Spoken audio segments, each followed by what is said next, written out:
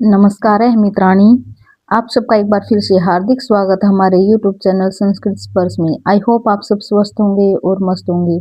मैं उम्मीद करती हूँ कि मेरी वीडियोस आपके लिए हेल्पफुल रही होंगी और आपके जितने भी डाउट हैं वो सब क्लियर हो रहे होंगे। साथ ही साथ में मेरी वीडियो की वजह से आपका ज़्यादा टाइम भी वेस्ट नहीं हो रहा होगा। जो इस टाइम पे आपके जो एग्जाम है वो आपके जल्द ही आ रही हैं। केवीएस का तो आपका अभी आने ही वाला है, ठीक है। आने ही वाला है, इनफैक्ट उसकी तो डेट भी दे दी है, ठीक है। और एस्टेट का नोटिफिकेशन भी आप कभी भी देखने को मिल सकता है आपको। तो अपना ज़्यादा टाइम वेस्ट न करते हुए अपनी आज की वीडियो को हम स्टार्ट करते हैं। तो पीछे वाली वीडियो में हमने कर लिया था अपना वेदांग परिचय और शिक्षा को हमने स्टार्ट कर दिया था। वेदांग परिचय और शिक्षा वाला टॉपिक हमने स्टार्ट कर दिया था, तो हमने कर लिया था यहाँ तक, ठीक है। आज हम करते हैं वेद के शिक्षा ग्रंथ। वेद के शिक्षा ग्रंथ। शिक्षा संस्कृत की शिक्ष धातु से बनी है, जिसका शाब्दिक अर्थ होता है जानना या सीखना। शिक्षा संस्कृत की किस धातु से बनी है? आपकी शिक्ष धातु से, जिसका शाब्दिक अर्थ होता है जानना या सीखना।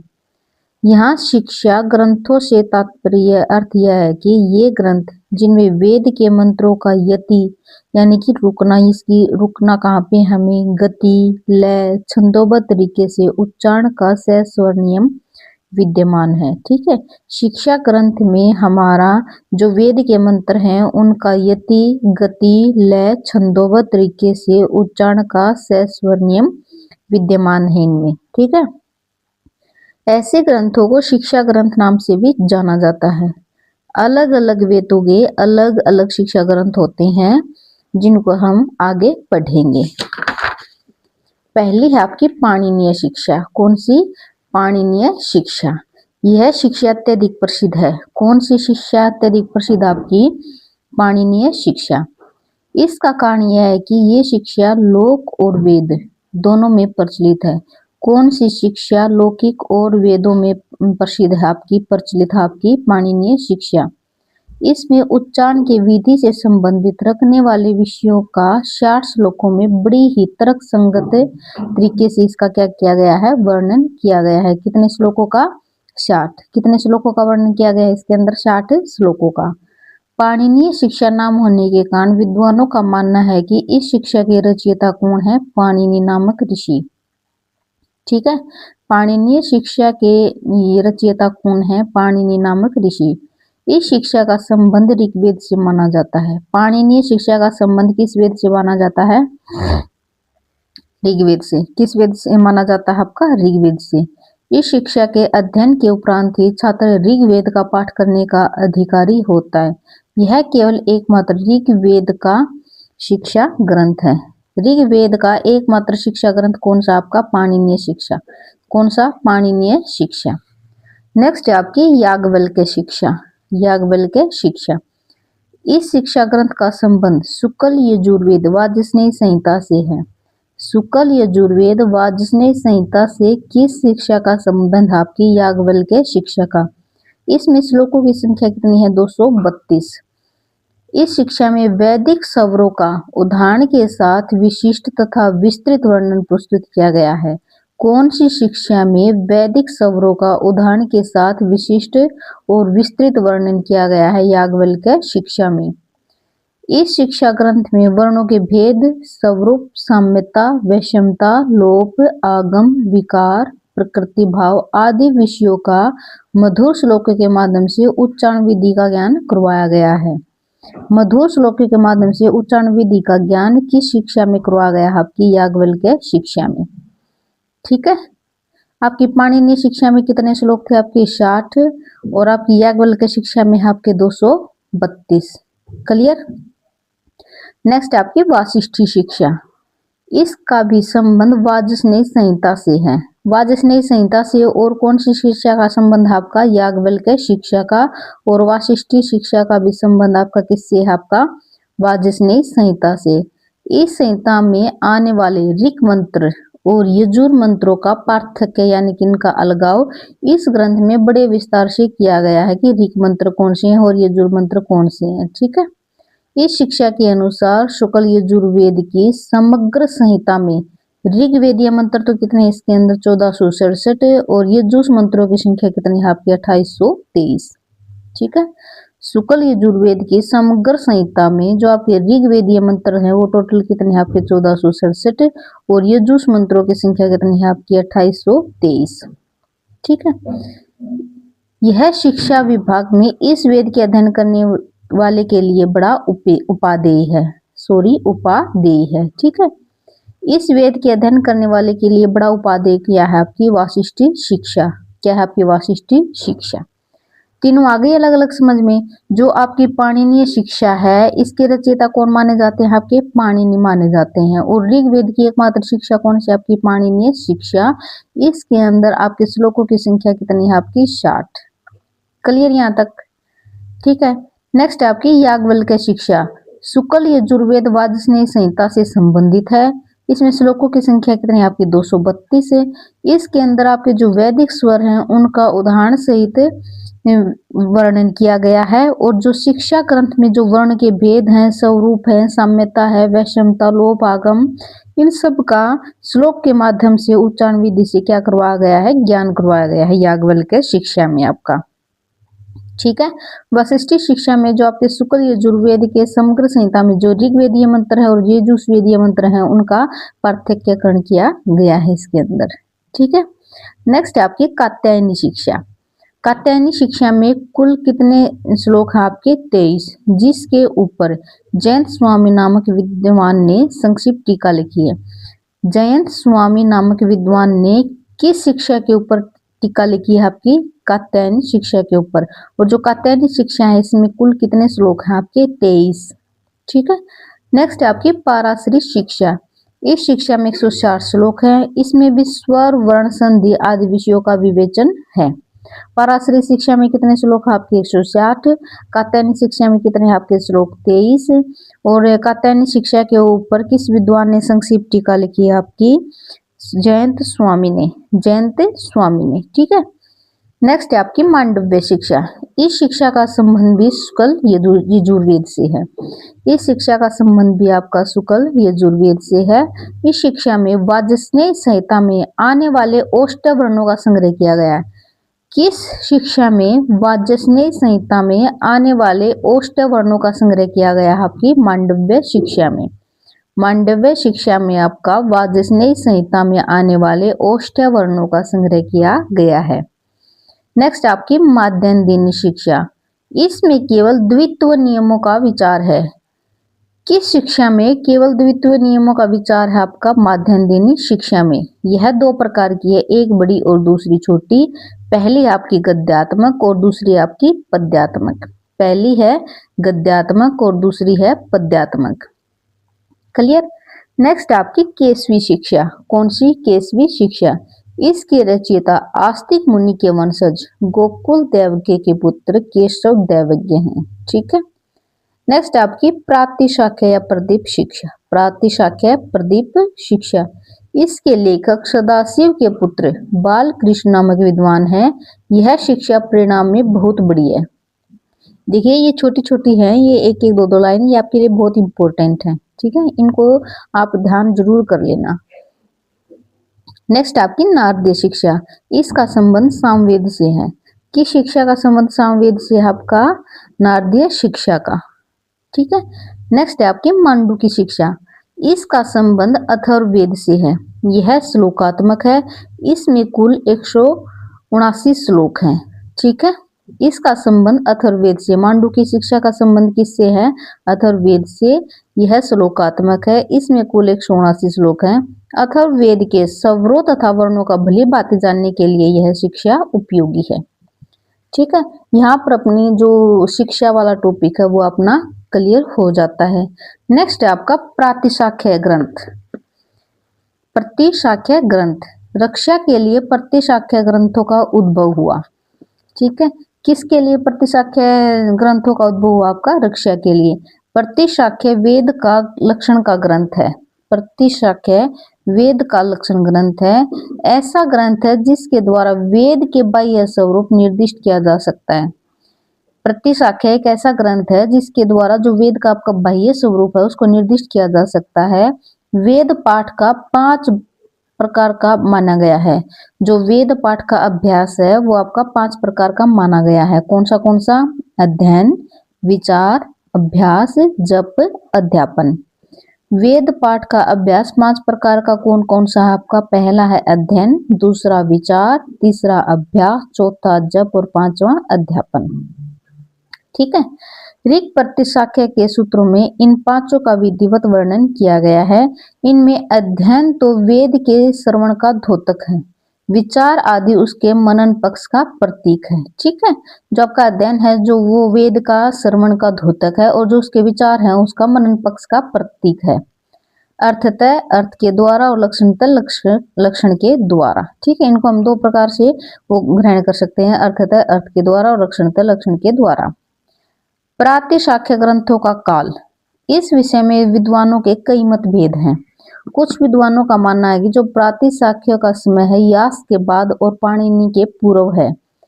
यास के तो बाद मानते हैं और पाणिनि के पूर्व मानते हैं, इसलिए इनकी रचना काल 700 ईस्वी पूर्व से 500 ईस्वी पूर्व के मध्य मानी जाती है। ठीक है। कुछ इंपॉर्टेंट प्रातिशाख्य ग्रंथ आपके, पहला आपका ऋक् प्रातिशाख्य। कौन सा आपका ऋक् प्रातिशाख्य? प्रातिशाख्य ग्रंथों में ऋक् प्रातिशाख्य प्राचीनता और प्रमाणिकता की दृष्टि से बहुत ही महत्वपूर्ण स्थान रखता है। सबसे प्राचीन और सबसे प्रामाणिक कौन सा है आपका? ऋक् प्रातिशाख्य। इसे पारिषद सूत्र के नाम से भी जाना जाता है। किस प्रातिशाख्य को पारिषद सूत्र के नाम से भी जाना जाता है आपका? ऋक् प्रातिशाख्य को। आचार्य शौनक को इसके रचयिता मानते हैं। ऋक् प्रातिशाख्य के रचयिता किसको माना जाता है? आचार्य शौनक को। देखिए ये इतनी ही लाइन में आपकी कितनी ज्यादा इंपॉर्टेंट बातें आ गई हैं। सबसे प्राचीन प्रातिशाख्य कौन सा आपका? ऋक् प्रातिशाख्य है। और ऋक् प्रातिशाख्य को दूसरे किस नाम से जाना जाता है? पारिषद सूत्र के नाम से। और इसके रचयिता किसको माना जाता है? आचार्य शौनक को। ठीक है। इसे शिक्षा शास्त्र के नाम से भी जाना जाता है। इस ग्रंथ की भाषा शैला सूत्रात्मक है। इस ग्रंथ की भाषा शैली सूत्रात्मक है। नाम मात्र से स्पष्ट हो रहा है कि ऋग्वेद का प्रातिशाख्य ग्रंथ है। ऋग्वेद प्रातिशाख्य में ऋग्वेद की एकमात्र शाखा, ऋग्वेद की एकमात्र शाखा कौन सी आपकी? साकल शाखा का सांगोपांग विवेचन प्रस्तुत किया गया है। किसमें? ऋक् प्रातिशाख्य में। ठीक है। ऋक् प्रातिशाख्य नामक इस ग्रंथ में 18 पटल हैं। कितने पटल हैं आपके? 18 पटल हैं। इन 18 पटलों में अलग अलग दिया गया है कि कौन से पटल में किसका वर्णन किया गया है आपका। देखिए पहले पटल में जो आपका प्रथम पटल है उसमें संज्ञा प्रकरण में इस शास्त्र के अनेक पारिभाषिक शब्द, स्वर, व्यंजन, स्वर भक्ति, रक्ता, नाभि, प्रक्रिया आदि शब्दों का लक्षण दिया हुआ है। पहले पटल में तो क्या है आपका जो संज्ञा प्रकरण है उसके जो अंतर्गत आपके आते हैं स्वर, व्यंजन, स्वर भक्ति, रक्ता, नाभि, प्रक्रिया, इन शब्दों का लक्षण दिया गया है। ठीक है। पहले पटल में। दूसरे पटल में इनका क्या है? परश्लिष्ट, अक्षेत्र, उद्गाह, भग्न आदि अनेक प्रकार की संधियों का उदाहरण के साथ लक्षण किया गया है। परश्लिष्ट, अक्षेत्र, ये उद्गाह और भग्न। ठीक है। तृतीय पटल में आपके स्वरों के बीच के अनंतर विसर्जनीय संधि यानी कि विसर्ग की रेफ में परिणति, नकार के नाना विकार, नति संधि, स तथा न को मूर्धन्य वर्ण में परिवर्तन यानी कि स से व और न को अण, क्रम संधि यानी कि वर्ण का द्विवचन तथा व्यंजन संधि, प्लुत संधि आदि प्रकार की संधियों का परिचय चौथे पटल में, चौथे से 9वें पटल तक दिया गया है। चौथे पटल से 9वें पटल तक किसके किन किन का वर्णन किया गया है? विसर्ग की रेफ संधि यानी कि विसर्ग को र हो जाना, स को व हो जाना, न को न हो जाना। ठीक है। जो आपकी व्यंजन संधि है, आपकी प्लुत संधि है। ठीक है। इन संधियों का वर्णन किया गया है आपके चौथे पटल से लेकर 9वें पटल तक। क्लियर। 10वें और 11वें पटल में, 9वें पटल में क्रम पाठ का विवरण जिसमें वर्णों के तथा उदात्त आदि स्वरों के परिवर्तन के नियमों का पूर्ण उल्लेख है। ठीक है। 12वें और 13वें पटल में पद विभाग, व्यंजनों के रूप तथा लक्षण की विशिष्ट विवेचना है। चतुर्दश पटल में वर्णों के उच्चारण में विद्यमान दोषों का उल्लेख है। ठीक है। पंचदश पटल में वेद प्राण की पद्धति का संक्षिप्त परिचय है। वेद पारायण की पद्धति का संक्षिप्त परिचय कौन से पटल में है आपके 15वें पटल में। और जो आपके अंतिम 3 पटल बचते हैं आपके 16, 17, 18 में गायत्री, उष्णिक, वरीयति, पंक्ति आदि छंदों का अध्ययन है। गायत्री, उष्णिक, बृहस्पति, पंक्ति आदि छंदों का अध्ययन कौन से पटल में है आपके 16वें, 17वें और 18वें पटल में। इस प्रकार इस ग्रंथ में स्वर, वर्ण, संधि और छंद की व्याख्या इस प्रातिशाख्य ग्रंथ को सजीवता प्रदान करती हैं। ठीक है, हमने कर लिया आपका ऋक प्रातिशाख्य, ऋक प्रातिशाख्य। नेक्स्ट है आपका वाजस्नेयी प्रातिशाख्य। कौन सा? वाजस्नेयी प्रातिशाख्य। शुक्ल यजुर्वेद वाजस्नेयी संहिता से संबंधित वाजस्नेयी प्रातिशाख्य आचार्य के शिष्य कात्यायन की रचना है। ये आचार्य के शिष्य कात्यायन की रचना कौन सी? आपकी वाजस्नेयी प्रातिशाख्य। इसमें कात्यायन ने वाजस्नेयी संहिता के बाह्य स्वरूप के विषय में अत्यंत सूक्ष्म यानी कि वैज्ञानिक नियमों का क्या किया है? निर्माण किया है। विस्तार की दृष्टि से यह प्रातिशाख्य ऋक प्रातिशाख्य से छोटा व अन्य प्रातिशाख्यों से बड़ा है। सबसे बड़ा प्रातिशाख्य आपका कौन सा? ऋक प्रातिशाख्य। और सबसे प्राचीन भी प्रातिशाख्य कौन सा? आपका ऋक प्रातिशाख्य। ठीक है, इस प्रातिशाख्य में 8 अध्याय हैं और ऋक प्रातिशाख्य में आपके कितने पटल थे? आपके 18। और वाजस्नेयी प्रातिशाख्य में आपके कितने अध्याय हैं? 8 अध्यायों के यानी कि जो 8 अध्याय हैं उनका निम्न प्रकार से वर्णन किया गया है। पहला अध्याय, इसमें सूत्रों की संख्या कितनी है आपकी? 169। और विषय है इसके अंदर वर्णोत्पत्ति, अध्ययन विधि, संज्ञा परिभाषा, वर्णों के उच्चारण तथा कर्ण, पूर्वांग, प्रांग, चिंता।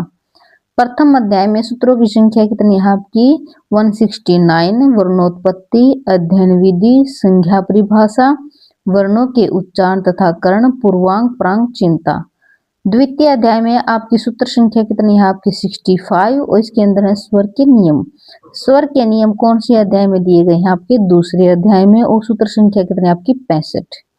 ठीक है, तीसरे अध्याय में दिए गए हैं आपके संधि के नियम और सूत्र संख्या कितनी है आपकी? 151। चतुर्थ में 158 सूत्र संख्या है। इसके अंदर दिए गए हैं आपके पद पाठ के नियम, क्रम पाठ के नियम।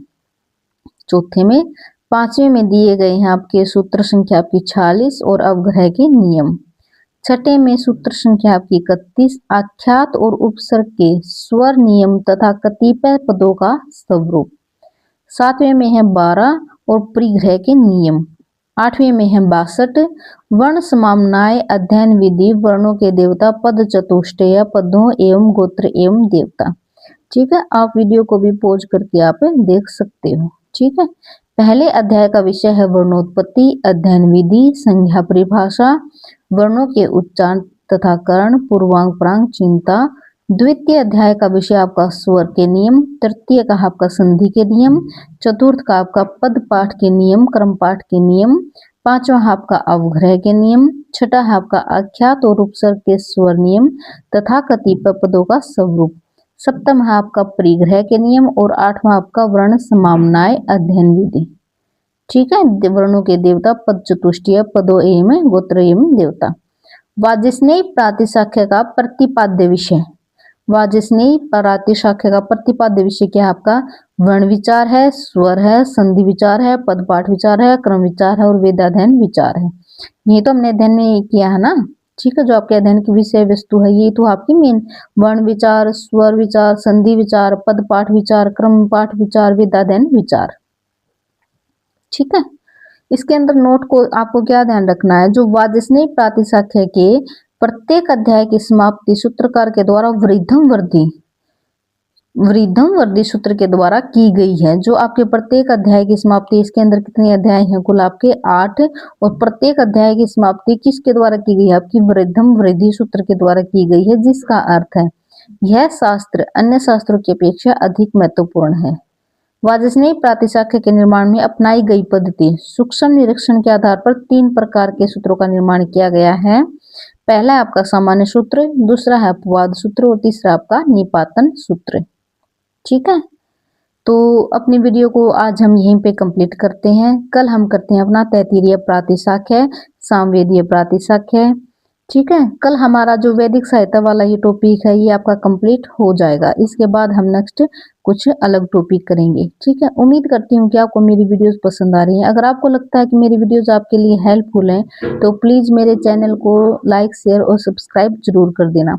देखिए ये मेरी वीडियोज ऐसी हैं जो आपको आपका टाइम बचाती हैं। ठीक है, तो फिर ठीक है, हम कल मिलते हैं अपने एक नए इसके साथ तैत्तिरीय प्रातिशाख्य के साथ। तब तक के लिए आप सब अपना ध्यान रखना। धन्यवाद।